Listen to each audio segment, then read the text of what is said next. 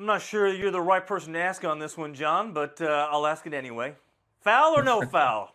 Richard Jefferson on Kevin Durant.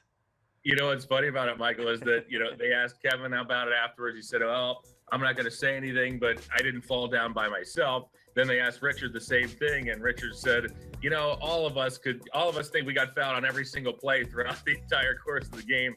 So who knows?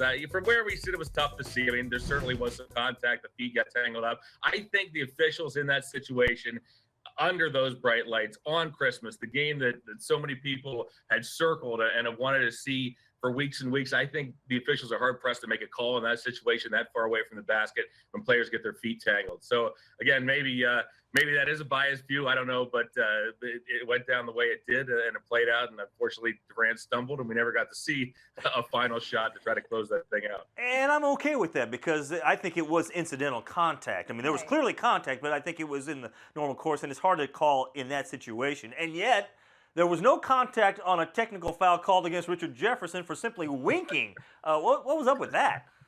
Again, from our vantage point, I didn't know what happened. I said, "What?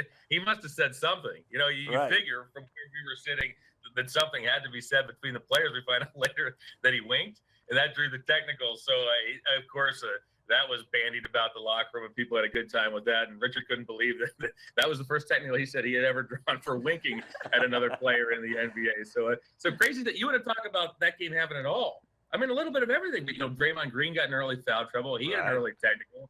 Throughout the game, he was perilously close